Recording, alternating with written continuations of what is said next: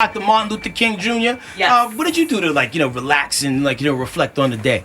Well, I was on the plane for the most of the day, but I did see a lot of white people celebrating their day off.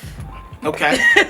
So for some, it's a day off, not a day of service. I just was hoping that they knew why they had their day off. You know what I mean? Because at one point in time, we couldn't sit next to them at that bar that they were celebrating at. So I just wondered if they knew what they was doing off for the day. What about you, Chico? I went for a march. I always march on Dr. King's day. If you look back on a couple of my videos, me and my daughter, I make us march. I ain't do it in the hard bottoms, but I always go for a long walk, man, just to reflect. You know what I mean? And people think it's a joke, but it really does something when you're able to just to walk around and be able to just reflect on what it is that you got going on and put it back into the universe. So I went for a good walk. Mm-hmm. What'd you do, Crack? I took my kids to a museum, Civil Rights Museum, just so they could tap in with that energy, some of the vibe, because it's so easy to get disconnected from the struggle and the work that our ancestors had to put in.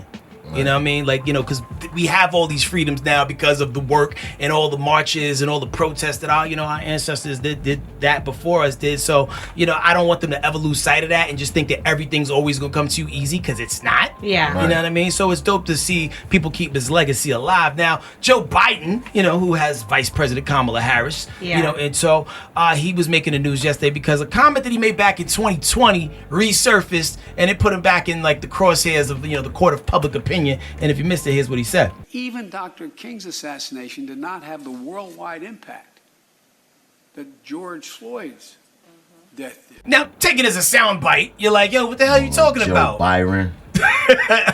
But he was saying basically overall, because we have social media, ways to get the word out more, it impacted the world larger, because he was saying pretty much back then, it lit a fire under the civil rights movement and kept it going, because the news heard about it. But, that George Floyd thing was different.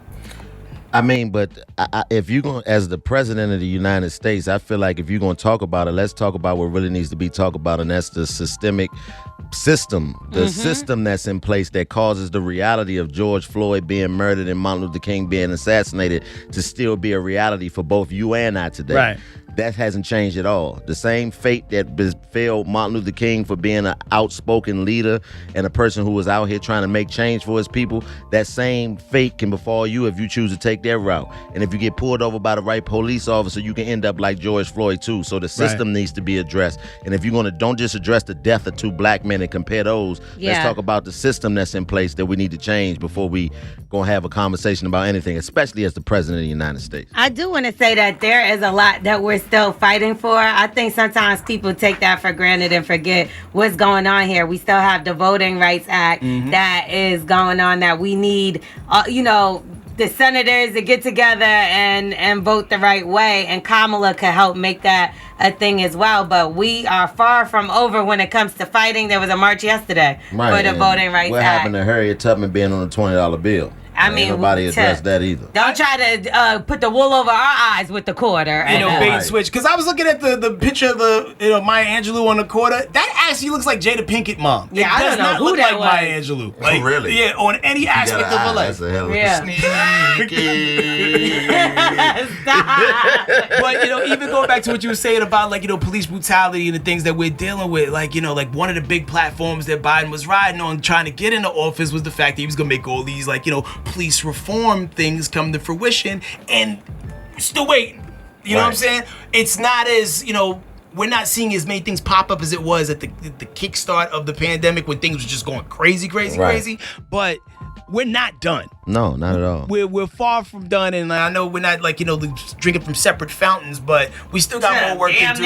I mean, it's key. It's the system that's in place. Like I said, if you look at the death of these two black men, the way it happened to both of them can still happen to us and our children and our children's children if the system isn't done away with. So I think the system, as the president, if you're going to discuss the death of two black men and compare them, then let's talk about the system that caused those two black men to suffer those fates and do something about changing the that. system. And let's talk about these voting rights, because that's what we need to fight for. We can't vote for the people that need to be in the proper office, and certain people can't vote because of these laws that they're trying to put into place, because that's what Martin Luther King was marching for too, child. We got to be very, very aware of what's going on there, because they try to slide things under and let a big story come over and act like those voting rights are not important. They're extremely important for us. You got to keep your head on a swivel, and big shout out to my man Ricky Smiley, who instilled this in me, like especially as it related to politics, because I wasn't really like a big political dude, like in my early 20s and early 30s, whatnot, but